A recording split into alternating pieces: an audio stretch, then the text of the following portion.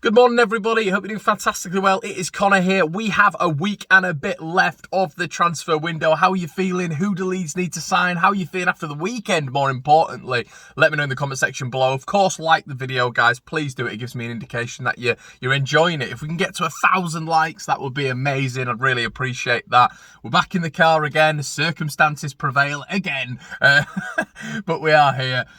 So listen, make sure you subscribing as well. We've got some subscribers over the weekend, which was great. Check out the weekend's content. You got a matchday vlog on there, 5 things that Leeds should have learned from the Everton game, and as well the post-match review live from Ellen Road. So today on the Mill, apparently the Sunday Mirror are reporting that Huddersfield are prepared to sell Lewis O'Brien. A fee has not been agreed, but the club are preparing to sell him. You know, they're putting things in place surrounding the Lewis O'Brien transfer. The thing which doesn't sit well with me about this sort of thing, though, is how are they preparing? I mean, he's starting pretty much every single game for them. I believe he started at the weekend. I believe he started midweek for them. If they were preparing to sell him, we're talking about Sean Longstaff last week and their interest in him. I don't think they'll get Sean Longstaff. Sean Longstaff will be a hot property if he's going out, and I don't think his destination is going to be Huddersfield Town.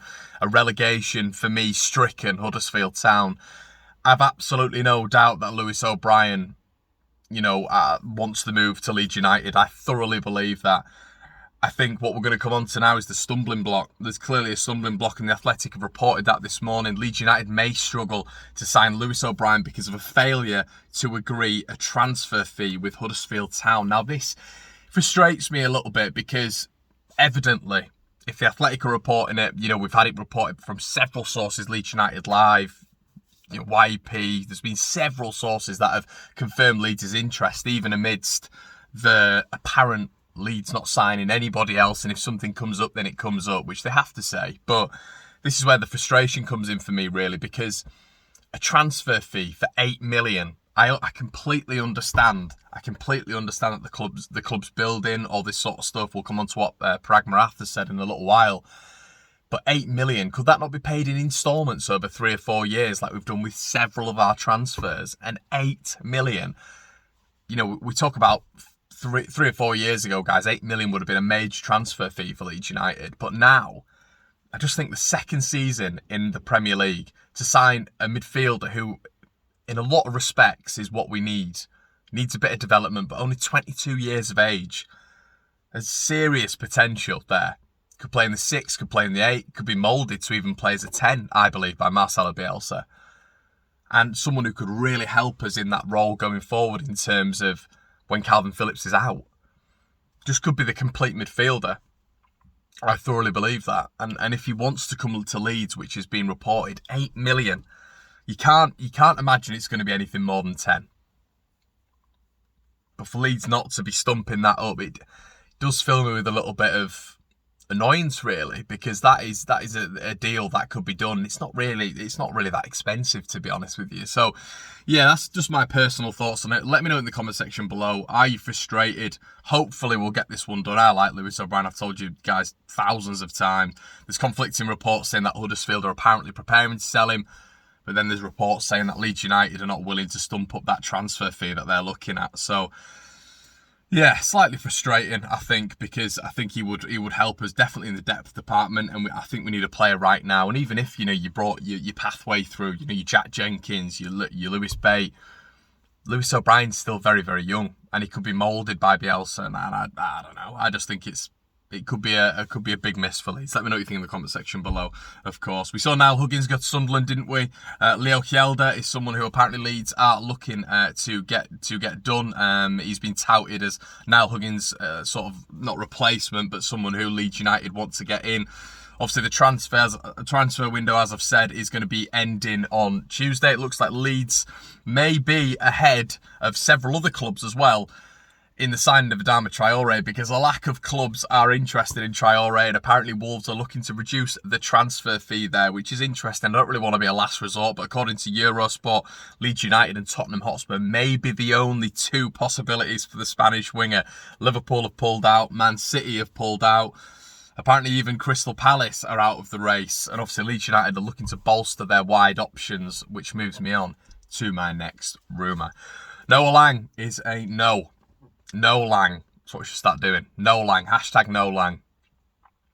Apparently, according to Fabrizio Romano, this one isn't going to be getting done. No, Leeds are not in negotiations with Noa Lang, according to someone. Obviously, someone asked someone asked Fabrizio Romano on Twitter, and that was his response. And once again, after all the rumours on Thursday and Friday from the Belgium side, and this is what we always say on the Rumour Mill, a lot of it does come from that side just to get newspapers sold, social media posts retweeted, and all this sort of stuff. So, yeah, Noa Lang, it looks like it's not going to be done unless there's a massive turnaround, unless there's a Rafinha-esque turnaround in terms of negotiation. But, where Leeds were last year is a completely different position to where we are now. Even if it was, as I've said at the start, an opportunistic market and a deal became available for 20 million, I don't think Leeds are in the financial position to be offering that anymore. This year anyway. Maybe next year it'll be completely different. But I just can't see that happening. If we sort of scrimping and scraping for 8 million for Lewis O'Brien, even if a massive opportunity came up with a quality player, would Leeds go out there and do that? I still believe that there's lessons learned from the Rodrigo transfer, 30 million quid for, a 29-year-old at the time. Was that worth it for what we've seen so far? And is that going to be worth it over the long term? I love Rodrigo. I think he's a fabulous player. I really, really like him. But him being involved in this system, does he fit the system? Where does he play? Does he play consistently? We'll have to see this season. Obviously, he was out at the weekend with an injury, which I didn't know when I was doing the 5 things yesterday. That was highlighted to me afterwards, so that's positive. But, have they learnt from that, in terms of going for a player if they become available, who's quite expensive, but it would be an unbelievable signing? Have they learnt from that? Or on the flip side of the scale, you've got Rafinha, who still was a fair bit of money, but look how it's worked out. It really is a balancing act, isn't it? It looks like as well, Atletico Madrid have bid for Matthias Cunha. Sports Lens say that Leeds must act quickly if they are in the run for the Olympic gold medalist. I think we can leave that one, can't we? One that we can't leave, though, which Leeds are consistently rumoured with, is Nahitan Nandez. Now, the Cagliari midfielder has been linked to Allen Road. Last week, there was a massive development. Apparently, Leeds United were interested. Apparently, some Leeds United representatives had even gone out to Italy to speak to his representatives. But it looks like Atalanta are now opening talks with the Cagliari midfielder. Fabrizio Romano once again has said on Twitter, Atalanta are in talks with Cagliari for a potential swap deal. Nandez to Atalanta and Sam Lammers to Cagliari. Both clubs are considering the chance, which a lot of us can't profess to know anything about Nandez and this, that and the other. I've learned a hell of a lot of him over the last 2 years after being reporting on pretty much every single day Leeds' interest. But I think, someone like him would have been a decent signing. But I think there'll be a lot of expectance once again, like there was with Conor Gallagher, for Nandez to be starting week in, week out, which I just can't see him doing.